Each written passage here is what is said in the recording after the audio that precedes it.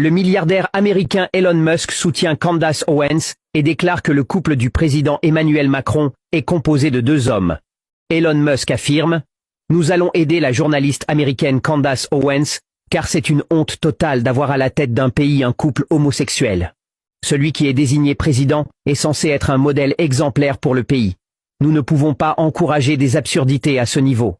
Nous attendons les preuves pour saisir une juridiction compétente et juger le couple Macron. Si les preuves attestent que Brigitte Macron est réellement un homme, elle devra alors rembourser les 40 000 € qu'elle perçoit chaque mois en tant que première dame française. Ce serait une forme d'escroquerie de se présenter comme une femme pour recevoir l'argent des contribuables tout en sachant qu'elle est un homme. Au lieu de critiquer cette jeune journaliste, il est préférable de l'aider à trouver toutes les preuves nécessaires pour faire la lumière sur ce couple, déclare Elon Musk. Il exige que Candace Owens rassemble des preuves concernant le couple Macron. That pedophiles are in power. Yes. They are literally in power.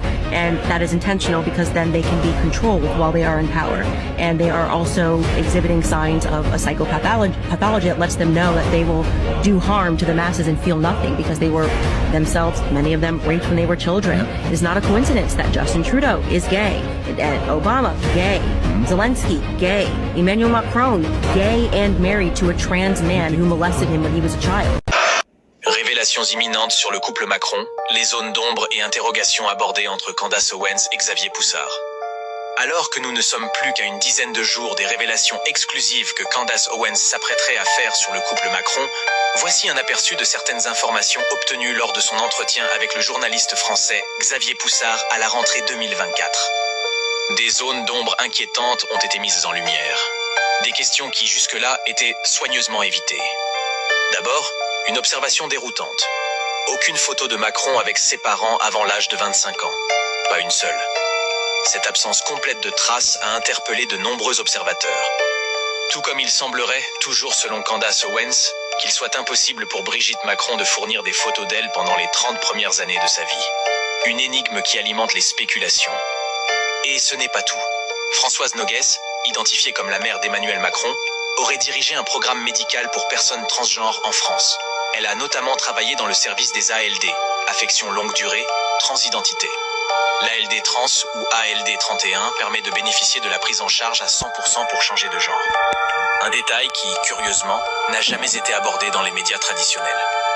Quant à son ascension comme banquier chez Rothschild, là encore, des interrogations.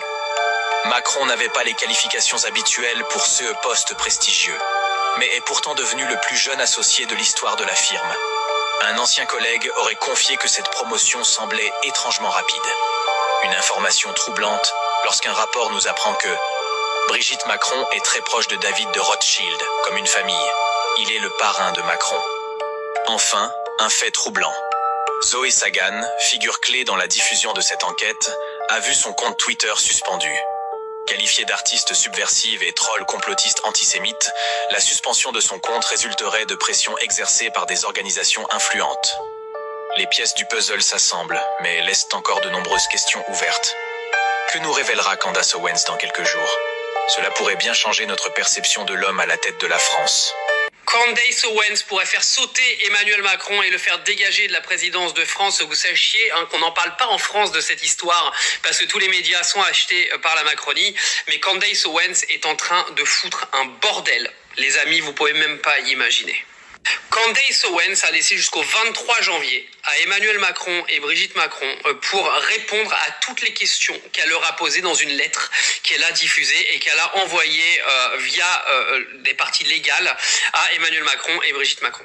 Dans cette lettre, elle estime qu'Emmanuel Macron doit répondre à des questions. Brigitte Macron a-t-elle eu une relation sexuelle avec Emmanuel Macron avant qu'il ait 18 ans, alors qu'ils avaient 24 ans d'écart ? Elle demande également à Brigitte Macron de répondre à une question. Est-ce que l'homme qu'elle a présenté aux élections présidentielles de 2017 et 2022 est le même que celui qui est à gauche de la famille Trogneux? Donc vous aurez bien suivi. Elle demande également à Brigitte Macron de répondre si elle est née biologiquement garçon ou fille. Ce sera pas pour ce mois-ci. Bonjour à tous, donc je m'appelle François d'Anglehan. Je suis l'avocat de Natacha Ray dans l'affaire qui l'oppose à Madame Brigitte Trogneux et à Jean-Michel Trogneux et aussi aux époux Ozière, qui sont des membres de la famille par alliance de Madame Brigitte Macron. Alors, de quoi s'agit-il? Eh bien, Madame Natacha Ray a été déclarée coupable par la Cour d'appel de Caen, une décision signée par le juge Patrick Picandard, et il faut que vous sachiez que cette décision caractérise une escroquerie par jugement, puisque Natacha Ray a été déclarée coupable d'avoir prononcé 7 discours qu'elle n'a jamais prononcés, et à la lecture de l'acte d'accusation, il est très facile de constater qu'elle n'a jamais prononcé les discours pour lesquels elle a été déclarée coupable. Il s'agit d'un scandale absolu. Cette affaire est pendante actuellement devant la Cour de cassation, dirigée par le juge Nicolas de Bonal. Et alors, il a confié cette affaire à Madame Florence Merloz, et la juge Florence Merloz a fait un rapport en disant mais on va rejeter ce pourvoi en cassation sans même motiver, on va le jeter à la poubelle, parce que Natacha Ray n'aurait pas le droit, en quelque sorte, d'obtenir qu'à la Cour de cassation, on applique la loi. Voilà.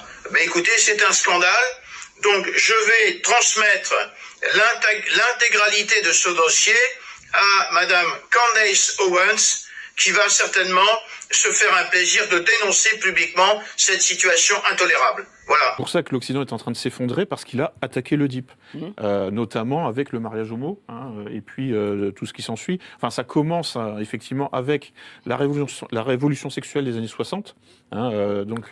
Et en fait, nous sommes en train de payer, avec plusieurs générations de retard, ce qui s'est mis en place dans les années 60. C'est le libéralisme libertaire, etc. Et donc, en fait, la contestation de toute forme d'autorité patriarcale. Et puis, bon, alors là, aujourd'hui, ça va encore plus loin. C'est le mouvement de la self-identification, comme on voit aux États-Unis. Je me réveille le matin, je suis un homme, mais je peux décider de changer de sexe en cours de journée, voire de changer d'espèce, ou de changer d'âge. Je suis un morse. Oui, voilà, c'est par exemple, oui, I am the Walrus, c'est une chanson des Beatles. Mais Mais quel est l'objectif de tout ça? Pourquoi imposer ce progressisme? Pourquoi imposer, par exemple, l'écologie? C'est quoi? C'est que le contrôle derrière? Dans un premier temps, oui, sauf que bon, il y a des chocs en retour, il y a des effets boomerang. Là, on voit bien, j'enfonce une porte ouverte, mais comment dire, l'Occident globalement est en train de s'effondrer. Enfin, je veux dire, surtout au niveau des mœurs et au niveau psychologique. Il y a une explosion des pathologies mentales. Il y a Laurent Ozon là qui a écrit sur ce sujet. Moi, j'observe ça depuis maintenant, je sais pas, 10 ans, 20 ans, 30 ans. J'ai une passion pour la psychologie en parallèle de mes études de philo. C'est Julia Kristeva qui écrivait dès 1991 un livre, Les nouvelles maladies de l'âme, où elle voyait en fait apparaître toutes ces pathologies qu'on appelle borderline. En fait, c'est-à-dire qui ne correspondent pas en fait à la nosographie classique, névrose, psychose, perversion. C'est des nouveaux trucs, des monstres en fait, ces espèces de pathologies chimères, en fait, des trucs composés qui peuvent même en plus ne pas vous handicaper trop pour vous adapter et trouver du travail, quoi. Enfin bon, alors la plus connue c'est les troubles de l'attention. Enfin voilà. Enfin ça là par contre c'est handicapant pour trouver du travail. Mais je veux dire c'est les enfants hyperactifs, quoi. Il y a une épidémie d'enfants hyperactifs. Moi j'en ai dans ma famille. Le résultat ça fait des toxicos à l'adolescence parce qu'ils arrivent pas en fait à s'adapter. Ils sont mauvais en classe, etc. Bon, ça fait effectivement des échecs, des échecs existentiels. Et là, on baigne là-dedans. Puis alors aux États-Unis, avec le fentanyl, on voit toutes ces images. Bref, voilà. Donc là, on est effectivement. Et ça, c'est en fait un choc en retour, un effet boomerang de toutes ces méthodes d'ingénierie sociale, qui en fait avaient pour fonction de liquéfier l'espèce humaine pour éventuellement pour la rendre plus modelable, vous voyez. Garder le pouvoir, quoi. On garde le pouvoir comme ça. Voilà, il y a aussi la notion d'anarcho-tyrannie, c'est-à-dire en fait entretenir une insécurité permanente en fait pour qu'il y ait une demande de sécurité ou ce genre de choses. Et puis surtout, un grand secret de l'ingénierie sociale finalement, c'est que il est plus facile effectivement de gouverner finalement par l'insécurité que par la sécurité. C'est-à-dire que l'insécurité, en fait, si vous si vous donnez à votre population les moyens de la sécurité, elle peut l'utiliser contre vous. Parce qu'en fait, elle sera plus forte, elle sera plus stable. Et elle aura les moyens cognitifs, déjà, de dire non, de vous dire non à vous. Donc, en fait, quand vous fabriquez volontairement, finalement, des demeurés, des débiles légers, comme on a au gouvernement aujourd'hui, quoi. Enfin, c'est pas gentil, ça.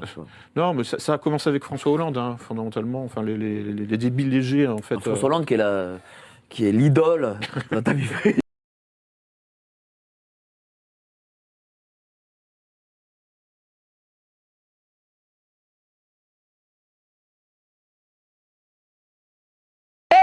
Le milliardaire américain Elon Musk soutient Candace Owens et déclare que le couple du président Emmanuel Macron est composé de 2 hommes. Elon Musk affirme « Nous allons aider la journaliste américaine Candace Owens car c'est une honte totale d'avoir à la tête d'un pays un couple homosexuel. Celui qui est désigné président est censé être un modèle exemplaire pour le pays. Nous ne pouvons pas encourager des absurdités à ce niveau. Nous attendons les preuves pour saisir une juridiction compétente et juger le couple Macron. Si les preuves attestent que Brigitte Macron est réellement un homme, elle devra alors rembourser les 40 000 € qu'elle perçoit chaque mois en tant que première dame française. Ce serait une forme d'escroquerie de se présenter comme une femme pour recevoir l'argent des contribuables tout en sachant qu'elle est un homme. Au lieu de critiquer cette jeune journaliste, il est préférable de l'aider à trouver toutes les preuves nécessaires pour faire la lumière sur ce couple, déclare Elon Musk.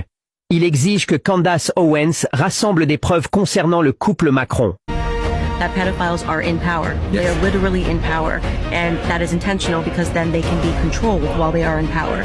And they are also exhibiting signs of a psychopathology that lets them know that they will do harm to the masses and feel nothing because they were themselves, many of them, raped when they were children. It is not a coincidence that Justin Trudeau is gay. And Obama, gay. Zelensky, gay. Emmanuel Macron, gay and married to a trans man who molested him when he was a child. Révélations imminentes. On est effectivement... et ça,